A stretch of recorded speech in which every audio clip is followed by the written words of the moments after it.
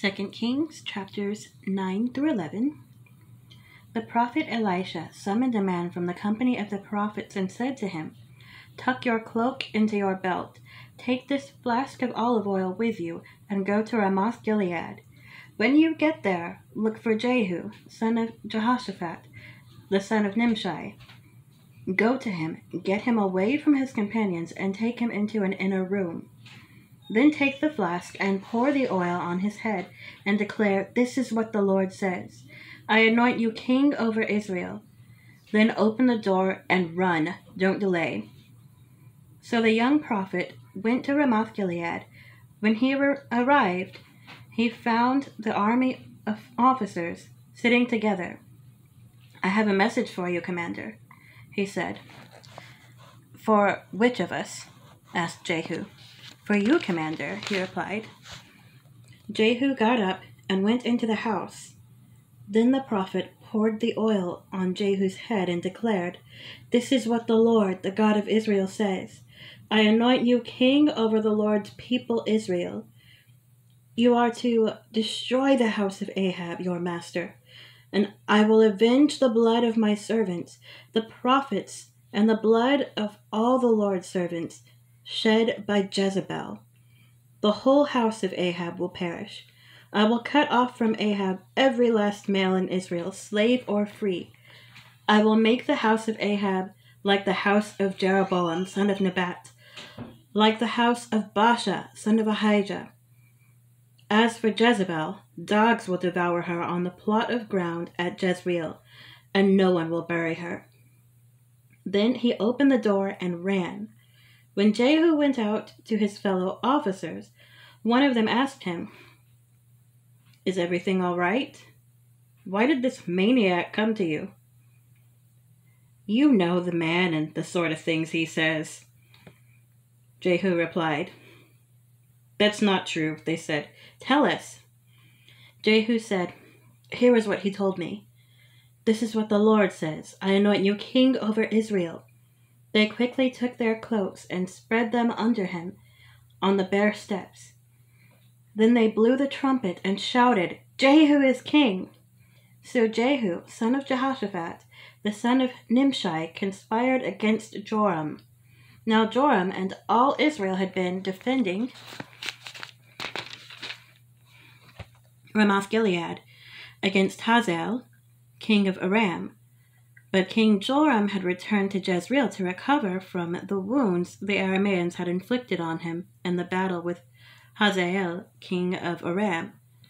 Jehu said, "If you desire to make me king, don't let anyone slip out of the city to go to tell the news in Jezreel." Then he got into his chariot and rode to Jezreel, because Joram was resting there, and Ahaziah, king of Judah, had gone down to see him. When the lookout standing on the tower of Jezreel saw Jehu's troops approaching, he called out, "I see some troops coming." "Get a horseman," Joram ordered. "Send him to meet them and ask, 'Do you come in peace?'" The horseman rode off to meet Jehu and said, "This is what the king says. Do you come in peace?" "What do you have to do with peace?" Jehu replied. "Fall in behind me." The lookout reported, "The messenger has reached them, but he isn't coming back." So the king sent out a second horseman. When he came to them, he said, "This is what the king says. Do you come in peace?" Jehu replied, "What do you have to do with peace? Fall in behind me." The lookout reported, "He has reached them, but he isn't coming back either. The driving is like that of Jehu, son of Nimshi. He drives like a maniac." "Hitch up my chariot," Joram ordered. And when it was hitched up, Joram, king of Israel, and Ahaziah, king of Judah, rode out, each in his own chariot, to meet Jehu. They met him at the plot of ground that had belonged to Naboth the Jezreelite. When Joram saw Jehu, he asked, "Have you come in peace, Jehu?" "How can there be peace?" Jehu replied, "as long as all the idolatry and witchcraft of your mother Jezebel abound." Joram turned about and fled, calling out to Ahaziah, Treachery, Ahaziah! Then Jehu drew his bow and shot Joram between the shoulders. The arrow pierced his heart, and he slumped down in his chariot. Jehu said to Bidkar, his chariot officer, "Pick him up and throw him on the field that belonged to Naboth the Jezreelite. Remember how you and I were riding together in chariots behind Ahab his father, when the Lord spoke this prophecy against him. Yesterday I saw the blood of Naboth, and the blood of his sons, declares the Lord. And I will surely make you pay for it on this plot of ground, declares the Lord. Now then, pick him up and throw him on that plot, in accordance with the word of the Lord." When Ahaziah, king of Judah, saw what had happened, he fled up the road to Beth-Hagan. Jehu chased him, shouting, "Kill him too!"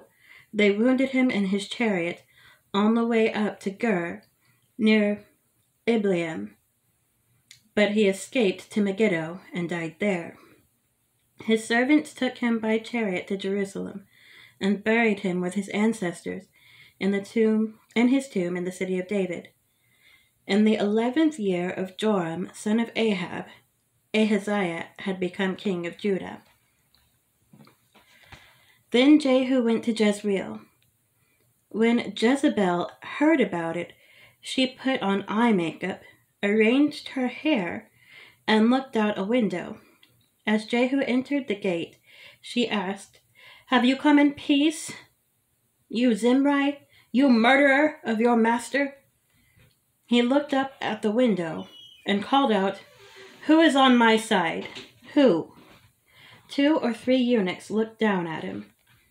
"Throw her down," Jehu said.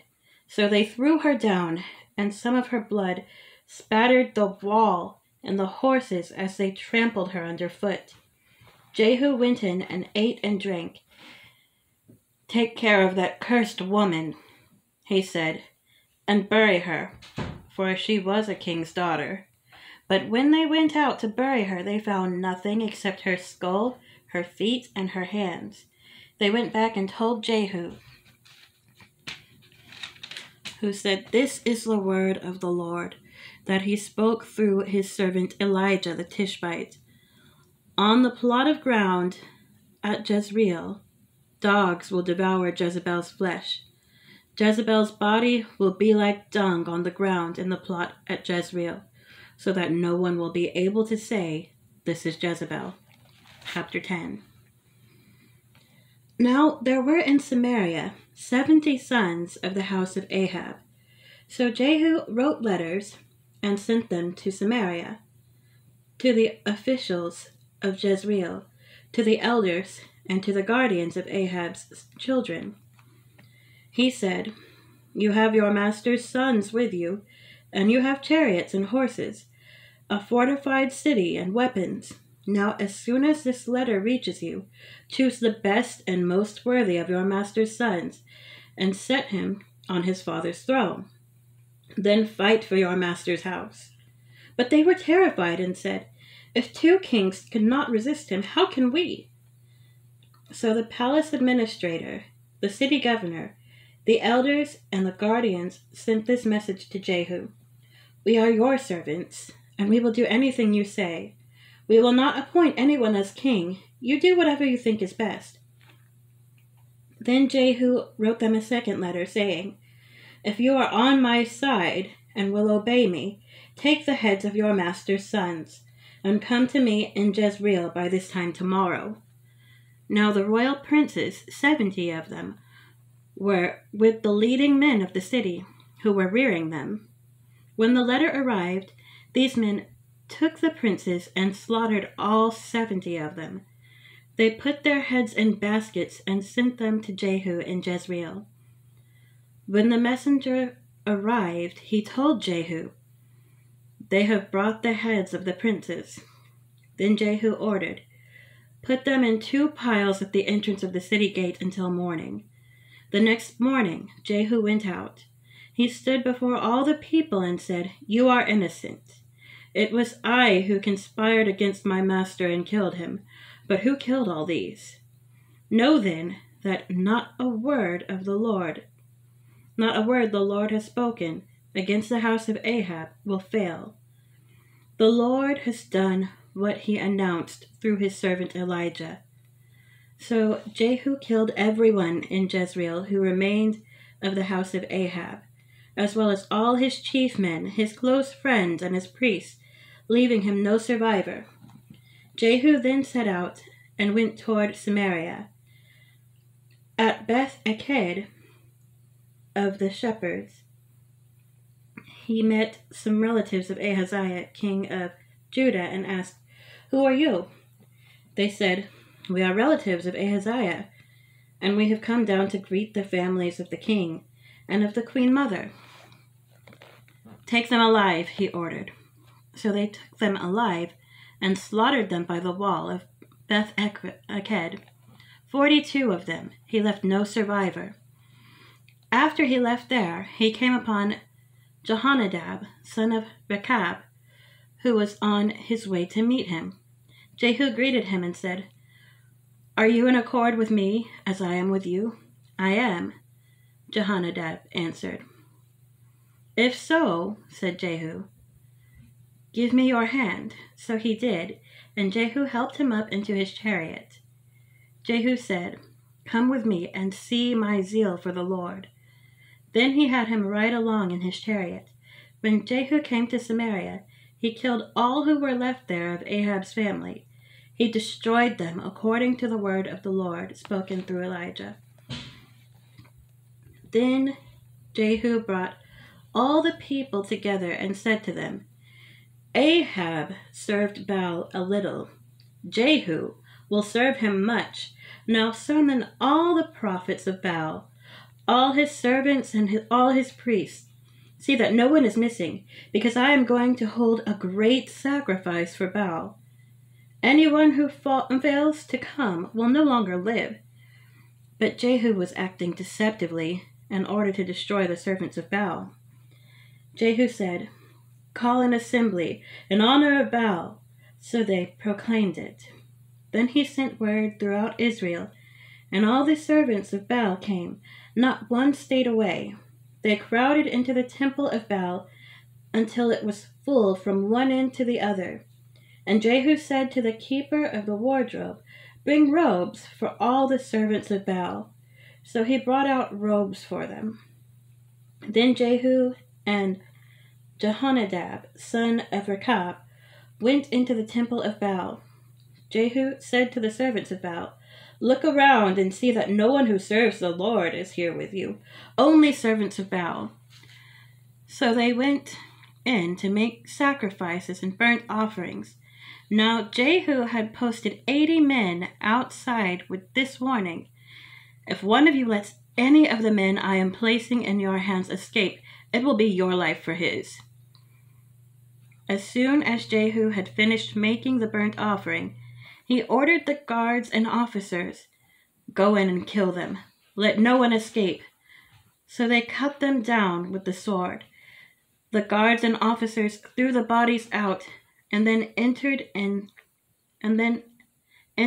the inner shrine of the temple of Baal. They brought the sacred stone out of the temple of Baal and burned it. They demolished the sacred stone of Baal and tore down the temple of Baal, and people have used it for a latrine to this day.